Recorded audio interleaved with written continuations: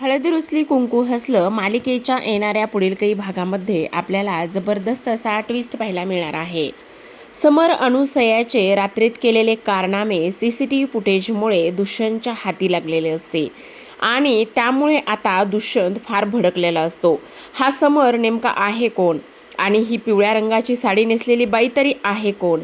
ते दोघेही जण माझ्या आईच्या जीवावर का आणि कशामुळे उठलेत हे स्पष्टपणे आता इथे दुष्यंतला समजू लागलेलं असतं. तो त्या गोष्टीचा विचार करू लागलेला असतो आणि जेव्हा हे सीसीटीव्ही फुटेज आता दुष्यंत आणि कृष्णाच्या हाती लागता क्षणी दुष्यंत मात्र फार रागराग करत असतो. आता प्रेक्षकांनो, हे सगळं काही कसं घडलं, कशा पद्धतीने घडलं, हे सगळं काही आपल्याला या आजच्या ट्विस्टमध्ये जाणून घ्यायचंय, पाहायचंय. त्यामुळे हा व्हिडिओ शेवटपर्यंत नक्कीच पहा. तर आता इकडे समर, कृष्णा आणि त्याचबरोबर इकडे अनुसया ह्या तिघांनीही एक खूप मोठा डाव टाकलेला असतो बाळजाला घाबरवण्याचा. जेव्हा मध्यरात्र उलटते तेव्हा मध्यरात्र उलटल्यानंतर बाळजाच्या गालाला इथे ओलं लाल रंगाचं रक्ताचा प्रकार लावला जातो आणि जेव्हा तिचा गाल लाल होतो तेव्हा तिला थोडीशी जाग येते आणि गालाला हात लावून पाहते. त्याच वेळेला तिला गाल ओला दिसतो. हात लावून पाहिल्यानंतर हाताला रक्त लागतं. वर समोरसुद्धा भीतीदायकच एक बाहुला लटकवलेला असतो आणि त्यामुळे आता इकडे बाळजा फार घाबरते, आरडाओरडा करते. पण त्यावेळी तिच्या मदतीला कोणीच येत नाही. तेव्हा धावत जाते तर तिला समोर अनुसया दिसते. अनुसया आणि त्याचबरोबर समर हे दोघेही जण पुढे धावत असतात. बाळजा त्यांना पकडण्याचा प्रयत्न करत असते. त्या दोघांचाही पाठलाग ती पूर्ण करत असते, पण पाठलाग करून सुद्धा ते दोघेही जण त्यांच्या हाती लागत नाहीत. शेवटी बाळजाला अनुसया धक्का देते. मग बाळजा खाली पडते आणि बाळजा खाली पडल्यानंतर जोराजोरात ती ओरडू लागते. जोराजोरात ओरडल्यानंतर आता घरातील सर्वजण धावतच येतात. जयकांत असतो, त्याच वेळेला मैनावती येते आणि सोबतच दलपत भाऊजी सुद्धा तिथे आलेले असतात. आता हे तिघेही जण येतात आणि बाळजाला विचारतात की काय झाले, तुम्ही ठीक तर आहात ना? तेव्हा बाळजा रडायला लागते आणि म्हणते मला फार भीती वाटू लागली. तेव्हा ती लोक तिला विचारतात की काय झाले, पण तेव्हा मात्र तिला समजत नाही काय सांगावं. तिला हे सुद्धा कळत नाही की मी कसं सांगू की तिथे अनुसयाला मी पाहिलंय म्हणून. आता ह्या सगळ्या गोष्टी इथे या पद्धतीने झालेल्या असतात. पण सगळ्यात महत्त्वाची गोष्ट म्हणजे जेव्हा आढळराव रस्त्याने दारू पीत निघालेले असतात आणि दारू पीत निघाल्यानंतर आता समरचा धक्का आढळरावांना लागतो आणि तेव्हा मात्र समर आता आढळरावांना मारत असतो. आता समर आढळरावांना मारल्यानंतर कृष्णा समोर येते आणि म्हणत असते, हे बघ समर, तू माझ्या आबांवर जर हात उचललास तर मी तुला माफ करणार नाही. तुझी हिंमत कशी झाली माझ्या आबांना हात लावण्याची? असं म्हणता क्षणी आढळराव आता खूप नशेत असतात. त्यांना हा झालेला प्रकार समजत नसतो. आता हा झालेला प्रकार न समजल्यामुळे इकडे आढळराव मात्र आता लगेचच ते तसेच आहे त्या परिस्थितीत तिथेच पडलेले असतात. तेव्हा कृष्ण त्यांना घरी पोहोच करते आणि इकडे आता दुसऱ्या बाजूला समर आणि अनुसया निघून जातात. जेव्हा दुष्यंतला ही सर्व गोष्ट समजते तेव्हा मात्र दुष्यंतला राग येतो. आता दुष्यंत म्हणत असतो, हे सगळं कुणी केले, हे सगळं ज्याने कोणी केले ना त्याला मात्र मी सोडणार नाही. त्याला मी चांगलाच धडा शिकवल्याशिवाय राहणार नाही. आता ह्याची एवढी कोणाची हिंमत झालेली आहे की त्याने ह्या सगळ्या गोष्टी केल्या आहेत? असा कोण आहे की जो माझ्या आईच्या इथे याच्यावर उठलेला आहे? असं सुद्धा आता इकडे ती लोक बोलत असतात. त्याच वेळेला आपण पाहतो दुष्यंत म्हणत असतो, नाही काही जरी झालं तरी सुद्धा मी उद्याच्या उद्या घरी जाणार आहे आणि उद्याच्या उद्या घरी जाऊन ह्या सगळ्या गोष्टीचा शोध घेणार आहे. त्याचमुळे आता इकडे दुष्यंत आणि त्याच्यासोबतच कृष्णा हे तिघेही जण आता आढळरावांच्या घरी जातात. आता तिघेही जण आढळरावांच्या घरी गेल्यानंतर आपण पाहतो की इकडे आता दुष्यंत सीसीटीव्ही फुटेज चेक करायला आलेला असतो. तेव्हा बाळजा म्हणत असते, अरे दुसरं तिसरं कोण करणार आहे?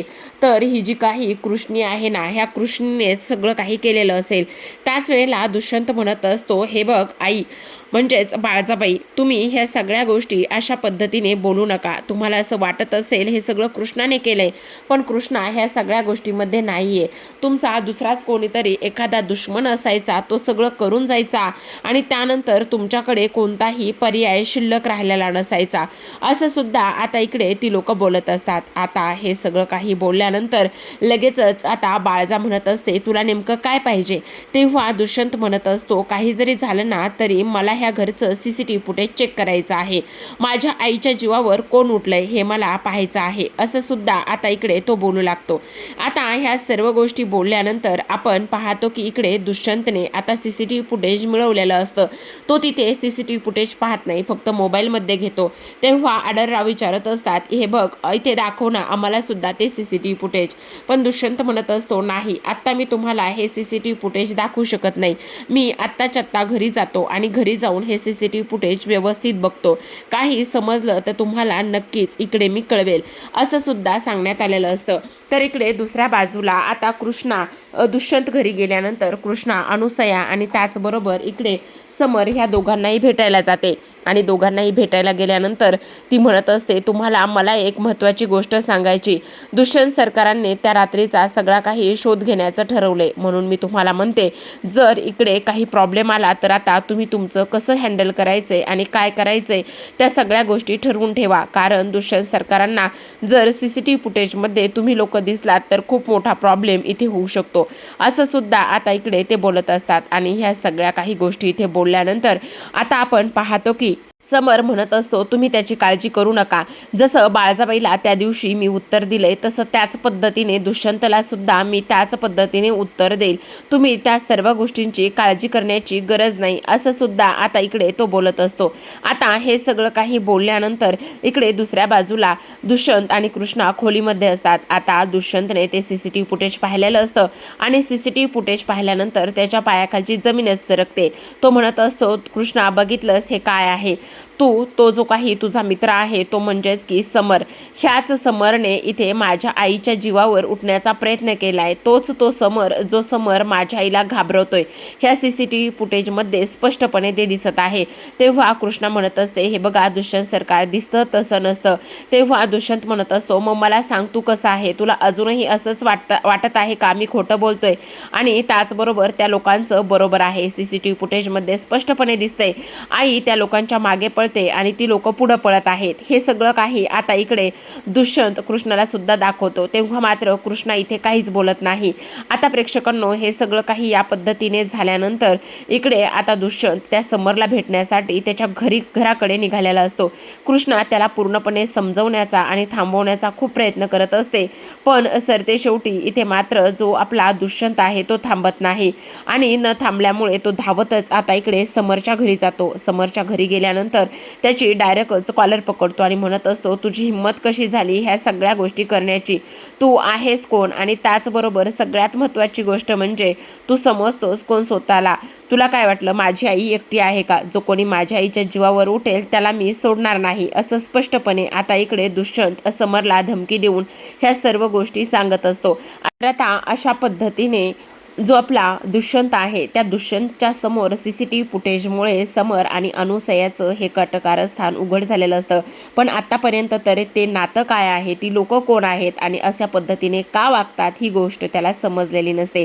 तर प्रेक्षकांनो, तुम्हाला आवडेल का की नेमकं अनुसया आणि समर यांचं नातं काय आहे आणि ती लोक कोण आहेत हे पाहायला? तर भेटूयात अशाच एका नवीन ट्विस्ट सोबत. तोपर्यंत पाहत राहा हळद रुसली कुंकू हसलं.